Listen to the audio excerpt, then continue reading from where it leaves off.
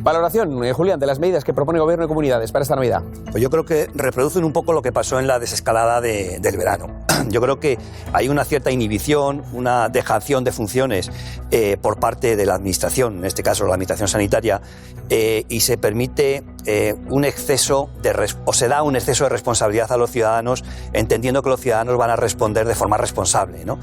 Y ya se demostró que fue un error hacer las cosas así en el verano, y creo que esto va a ser el principio de algo que vamos a constatar a mediados de enero, y es que va a haber una tercera ola prácticamente seguro, porque vivimos ¿Lo das con una certeza? Yo lo doy con una certeza absoluta, sí.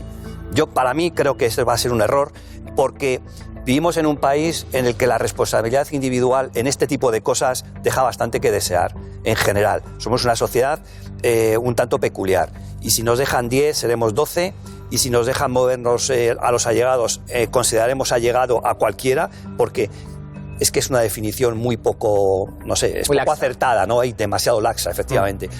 Y va a haber movimientos entre comunidades autónomas, va a haber reuniones familiares, no van a ponerse mascarillas, no se van a abrir las ventanas porque hace frío. ¿Se cantará villancicos? Efectivamente. Entonces va a haber un caldo de cultivo muy importante que lo vamos a ver luego, posiblemente, ya digo, pasadas todas estas fiestas y este mes, hacia, primera, segunda semana de enero. No, pues nada, luego me lo haré yo también. Esa vuelta de plano. Una cosa solo que has dicho antes, es decir, los test masivos que se han hecho de cribaje en las zonas básicas que han estado confinadas, donde se ha llamado a la población, han tenido unos resultados de aquella manera, porque creo que el porcentaje de positividad daba un 0,4%. Y 1.500 positivos. Muy poquito, muy poquito.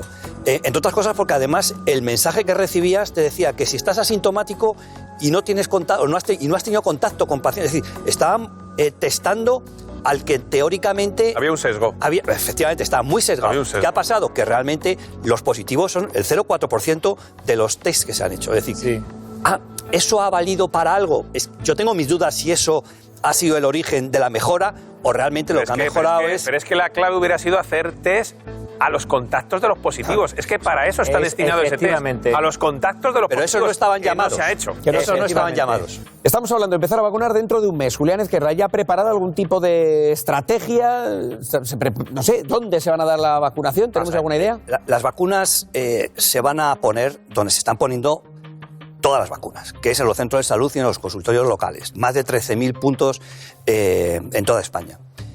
Si extrapolamos los datos de Madrid al resto de España, este año se han vacunado en 6 semanas 1.150.000 madrileños. Eso quiere decir... ¿De gripe? De gripe, sí. Eso, si lo utilizamos como base de datos para ver el comportamiento que se tendría, sabiendo que la vacuna de la gripe es una dosis, pero que esta va a ser 2. Por lo tanto, hay que hacer un esfuerzo doble. Que esta vacuna no es como la de la gripe. Esta no viene precargada en jeringuilla. Hay que manipularla. Es una multidosis, es decir, hay que extraer de cada una, del vial, creo que son 5 las que vacunas, las que tiene 5 dosis, hay que extraerlas. Y luego va a tener un registro mucho más meticuloso en la historia clínica, porque sobre todo hay que informar muy bien en la primera, pero sobre todo en la segunda dosis al mes hay que registrar muy bien todos esos efectos adversos que nos puedan contar los pacientes, porque va a ser lo que nos va a decir cómo es el comportamiento de verdad, no con 60.000, sino qué efectos adversos o qué efectos secundarios. ¿Es personal suficiente para la vacunación para llevar la contabilización de los efectos secundarios? Yo he hecho los cálculos. Si se actúa igual que con la gripe, sabiendo que son 2 dosis, tendríamos posibilidades de vacunar a un 35% de la población en 6 meses, 70% de la población en un año, que sería el objetivo, ¿no? Llegar a este 70% aproximadamente. Entre vacunados si es con refuerzos, porque en este caso ya digo que la dosis no va a ser solo administrativa, va a requerir más tiempo de enfermería, más tiempo de médico, posiblemente habría que tener un pequeño refuerzo o un gran refuerzo de personal sanitario, pero sí que es viable. Si mantenemos la estructura que se mantiene y replicando la campaña de la gripe, poder hacer esto en 6 meses.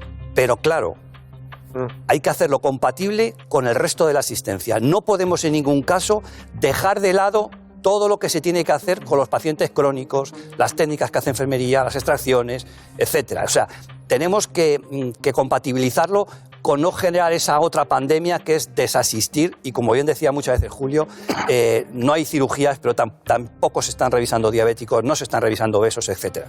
Lo cierto es que, Julián, ¿qué necesidad hay de un hospital de estas características en este momento de la pandemia? ¿Puede acabar al final convertido en otro dinosaurio varado, como ocurre con la Ciudad de la Justicia, Sita, en el mismo barrio?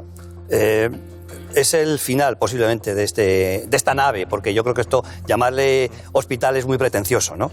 Se parece a un sanatorio hospital de principios del siglo pasado, pero no es un hospital, o sea, es otra cosa, es una nave con muchas camas, ¿no? No tiene plantilla propia, porque efectivamente la plantilla se tendría que adaptar a lo que en cada momento va a ser útil, para lo que se va a utilizar este hospital. Y ahí me gustaría decir que es innecesario por varias razones. La primera, porque para hacer esto ya teníamos el IFEMA. A nosotros nos dijeron que el IFEMA no se desmontaba, sencillamente que se marchaban, apagaban la luz y que si se tenía que reabrir solo había que encender la luz. Por lo tanto, tenemos una estructura similar ya montada en el IFEMA. Similar, porque el hospital se parece muchísimo. Y a mí lo que me preocupa es qué se podía haber hecho con ese dinero, que son más de 100 millones, porque 100 millones ha sido la obra, sí, pero luego hay que dotar de camas, de equipamiento médico, respiradores, etcétera. Todos los equipos. Sí. Eso va a ser mucho más de 100 millones. Todo el mantenimiento que hay que contratar, la seguridad que hay que contratar, la limpieza, la alimentación. Estamos hablando de ciento y muchos millones. ¿Qué podíamos haber hecho con eso y que no se hizo? Podíamos haber habilitado más camas de las no funcionantes de los hospitales tradicionales. Podíamos haber hecho un refuerzo de verdad de médicos para la atención primaria. Podíamos dotar de médicos las UBI móviles que están paradas. Podríamos haber abierto todos los servicios de urgencia de atención primaria del SUMA. Y podíamos seguir reforzando los hospitales. Con esos 100 millones da para contratar 800 médicos y más de 1.250 enfermeras para hacer frente a toda esa lista de espera que, si ya era grande, la que va a aflorar cuando pase todo esto va a ser descomunal. Entonces, el coste de oportunidad, es decir, ¿qué no hemos hecho para construir esto? Es lo que a mí me preocupa. Y encima ahora tenemos que jugar con los voluntarios. Al final no han sido 116, han sido solo 106. Y el resto va a ser personal movido forzosamente de entre los más débiles, los más precarios, los contratos COVID, que son los últimos, los más jóvenes, y que se van a llevar de forma forzosa, porque o van allí o no les renuevan. Con lo cual, ¿qué sentido tiene esto ahora mismo? Ninguno. ¿Y qué paciente se va a llevar? El paciente que está prácticamente para ir a su casa, porque es un hospital que no puede tener pacientes dependientes. ¿Va a tener pacientes nuevos, digámoslo así, o van a ser traslados de otros? No, traslados. A nosotros lo que nos han dicho es que son traslados desde urgencias. Sí. No tiene urgencia. Si el médico de urgencias, César, ve un paciente y reúne el criterio que generalmente va a ser joven, sin comorbilidades, previsiblemente de buena evolución y que no se va a complicar, ese es el que se puede trasladar. Si hay la más mínima duda, no se va a trasladar a este hospital, porque no tiene estructura suficiente para atender pacientes que se te compliquen. Van a poner en funcionamiento 3 o 4 camas de UCI inicialmente, no más, para, si uno se complica, poder atenderle, y me imagino que de forma inmediata, con una UBI móvil, trasladarlo ya a un hospital tradicional. Es decir, no le veo el motivo. Y luego, justo abrirlo cuando vemos que la curva de ingresos está cayendo constantemente, la necesidad actualmente no es, y si llega una tercera ola o volvemos a la situación que vivimos en los meses duros de la primera ola, teníamos el otro IFEMA. Y luego, ¿en qué va a quedar una estructura millonaria a futuro? En una nave cerrada. No tiene futuro. Bueno, os voy a pedir una última reflexión para cerrar nuestro debate de hoy con nuestra mesa técnica, una última frase, un titular, sobre todo teniendo en cuenta los próximos días que van a ser decisivos, muy sensibles. Julián. Sí, sobre todo responsabilidad, no confiarse.